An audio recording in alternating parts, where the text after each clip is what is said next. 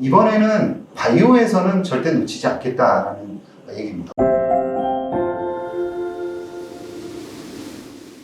안녕하세요. 알기 쉬운 바이오 알바킹입니다. 이번 시간에는 바이든의 바이오 경제 이니셔티브 정책에 대해서 좀 자세하게 설명을 드리고, 그리고 우리나라 그리고 우리 기업에 주는 임플리케이션에 대해서 여러분께 설명을 드리겠습니다. 사실 바이든이 이번에 얘기한 부분들은 어떻게 보면은 우리나라 정부, 그 다음에 바이오 산업 뿐만이 아니라 온 국민들, 그리고 앞으로 전 세계 경제가 어느 방향으로 나아갈 것인지에 대한 굉장히 중요한 임플리케이션을 줬다라고 저는 생각을 하거든요. 그런데 이 부분이 그렇게 넓게 알려지거나 전파되기 굉장히 어렵습니다. 왜 그러냐면 바이든이 굉장히 중요한 용어 두 가지를 사용을 했는데 이 두 가지를 일반인들이 알기가 굉장히 어려워요. 합성생물학이라는 용어를 사용을 했고 또 바이오 파운드리라는 용어를 사용을 했습니다. 얼핏 와닿지가 않아요. 그런데 이 바이오 파운드리와 합성생물학이 전 세계 경제, 그리고 특히나 그 미국이 주도하는 그런 산업들, IT뿐만이 아니라 뭐 식품, 그 다음에 화학, 전 그 경제에 대단히 큰 영향을 미칠 것이다 라는 그런 임플리케이션을 과감하게 제시를 했습니다. 그렇지만 이 두 가지 용어가 어렵기 때문에 여러분들은 집중할 수 없고 두 가지 용어에 대한 설명이 잘 되어 있거나 그렇지 않습니다. 그래서 이번 시간을 통해서 이 두 가지 용어와 이게 주는 임플리케이션에 대해서 명확히 아는 게 여러분들 향후의 투자 방향을 잡는데 굉장히 중요할 것이다, 그런 생각을 해봅니다. 그러면 바이든이 얘기하는 부분이 과연 뭐냐, 아주 쉽게 설명을 하면 미국에서 발명된 거는 미국에서 생산을 해라 라는 거예요. 더 쉽게 설명을 하면 여태까지 모든 개념은 대부분 미국에서 발명이 됐는데 왜 생산은 일본에서 하고 한국에서 하고 중국에서 하느냐 하는 거죠. 그리고 그들이 수많은 돈을 벌어가느냐, 그리고 왜 미국에는 생산시설이 없는가 하는 거죠. 가만히 생각을 해봤습니다. 자동차 미국에서 개발이 됐죠. 발명이 됐습니다. 그게 어디로 넘어갔습니까? 일본으로 넘어가고 또 우리나라로 넘어오고 또 중국으로 넘어갔습니다. 그리고 생산시설은 대부분 이들 나라들이 많이 장악을 하고 있는. 그 다음에 반도체 역시 마찬가지 아니겠습니까? 똑같은 루트로 들어오고 일본, 우리나라, 그 다음에 중국으로 이제 넘어가려고 하는 와중인 거죠. 그 다음에 핸드폰 어떻습니까? 핸드폰도 마찬가지죠. 미국에서 개념이 나오고 스마트폰이 개념이 나오고 일본, 우리나라 동시에 들어오고 이제 중국이 굉장히 기술적으로 또 앞서가고 있는 그런 상황입니다. 똑같은 일이 벌어지고 있고 바이오는 어떠냐? 바이오도 마찬가지입니다. 바이오에서 개념들이 나오고 생산은 많은 부분 심각하게 해외에서 하고 있는 거예요. 그래서 이번에는 바이오에서는 절대 놓치지 않겠다라는 얘기입니다. 왜 바이오에서는 놓치지 않겠느냐? 바이오는 그냥 놓쳐도 되는 산업이 아니다라고 판단을 한 것 같아요. 그 판단을 한 근거는 무엇이냐?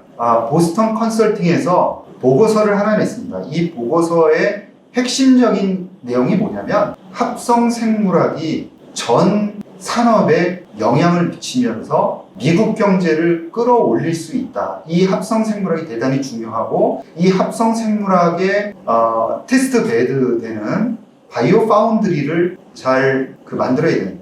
바이오 파운드리라는 건 생산시설입니다. 바이오 제약이라든가 머릿속에 구상한 것들을 구현해낼 수 있는 바이오 공장이다, 이렇게 이제 생각하시면 되는데, 그러면 아까 말씀드린 대로 많은 공장들이 외부에 와 있습니다. 지금 그 인도라든가 그다음에 중국에서 과거에 제약의 그 원재료들은 대부분 60% 이상을 생산하고 있지 않습니까? 거의 인도와 중국이 장악하고 있는 상황이고, 바이오는 CMO 어떻습니까? 여러분들 너무 잘 아시는 또 한국, 그 다음에 뭐 일본도 후지필름이 있고요. 또 중국 시바이오, 그 다음에 독일과 또 론자 같은 스위스가 장악을 하고 있고, 미국 같은 경우에는 캐탈란트라든가 CMO가 이제 조금 명함을 갖고 있는 그런 수준에 지나지 않습니다. 그래서 미국은 지금 어떤 얘기가 돌고 있냐면 생산시설이 열악하다. 그리고 앞으로는 이 생산시설이 굉장히 중요할 수 있는데 이 생산시설을 가동할 수 있는, 개발할 수 있는 엔지니어들이 굉장히 부족하다. 이 엔지니어들이 다 어디가 있습니까? 아까 얘기한 그런 나라들. 또 생산시설, 또 생산의 그런 프로세스, 공정기술 개발이 더 혁신이 이루어지고 있는 상황입니다. 정리를 하면 미국에서는 이 합성생물학 그 바이오 파운드리를 키우기 위해서 중점적으로 미국의 생산시설을 키우겠다. 그러니까 법과 자금을, 법 제도 개선, 그 다음에 자금을 투입해서 향후 5년간 적극적으로 키울 것이고, 향후 5년 후에는 이들이 미국 전체 생산의 30% 이상을 차지하겠다라는 거예요. 금액으로 하면 30조 달러입니다. 지금 30조 달러 그러면은 여러분들이 상상이 잘 안 되실 텐데, 전 세계의 자동차 시장이 2030년에 한 3조 정도 될 것이다 라는 예측이에요. 그러니까 그거의 10배 되는 수준으로 이 바이오 관련 산업이 생산이 확장될 수밖에 없다는 거예요. 여기에는 뭐 순수 제약이라든가 그린 바이오라든가 화이트 바이오, 그 다음에 아주 이제 기후까지도 전체적으로 이제 확장될 수밖에 없다라는 점을 말씀을 드리고요. 이런 부분 때문에 적극적으로 생산시설에 대한 투자를 확장시켜 나가겠다라는 점입니다. 또 이제 말씀을 드린 그런 기본적인 생산시설이 취약하기 때문에 생산에 대한 지원을 주로 미국 기업부터 해 나가겠다라는 거거든요. 그래서 해외에 있는 기업들은 향후에 좀 불리해질 수 있다라는 점이에요. 그래서 아무래도 우리나라 기업 같은 경우에도 가지고 있는 생산시설은 그렇다 치더라도 앞으로 생산하는 시설들은 미국 쪽의 진출을 심각하게 고려할 가능성들이 크지 않을까라는 점이고요. 그리고 해외 기업들이 미국 기업들과 같이 협업을 해서 또 같이 동반 진출하려고 하는 그런 니즈들이 굉장히 많아지지 않을까라는 점입니다.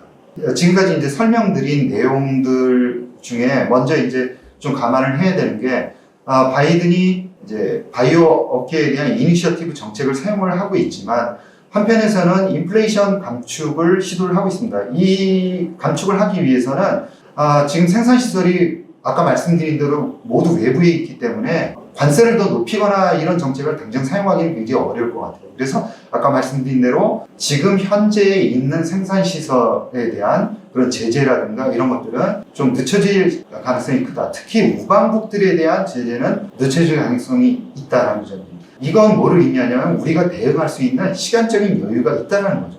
또 한 가지는 이 우리나라 정부에서도 시간이 있는데 이 시간 안에 과연 어떤 것을 해야 될지에 대해서 조금 더 그 정책들을 추스려서 과감하게 시도할 필요가 있다는 거고요. 미국이 이번에 이니셔티브 정책을 피면서 강조를 한 게, 남들 눈치 보지 않고 이 바이오 산업에 대해서는 과감하게 차별화 정책 그리고 지원 정책을 사용하겠다라고 얘기를 했어요. 그러니까 우리나라 정부에서도 과감하게 우리나라 바이오 업체들에 대한 지원 정책을 펼 필요가 있다라는 거죠. 그래서 다른 어떤 나라들 눈치 볼 것 없이 우리나라도 과감한 바이오 정책을 필요가 있겠다라는 점이에요.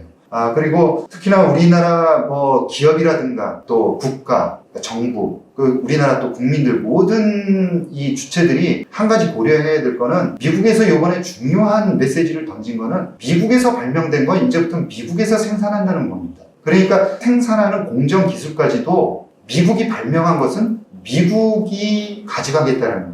과거에는 미국에서 발명하더라도 우리가 베껴서 우리나라에서 잘 생산 기술을 개발하면 될 것 아니냐. 우리나라의 그게 작게 아니겠습니까? 대기업들이 모두 다 그렇게 해서 성공을 해왔습니다. 자동차, 반도체, 핸드폰이 그렇습니다.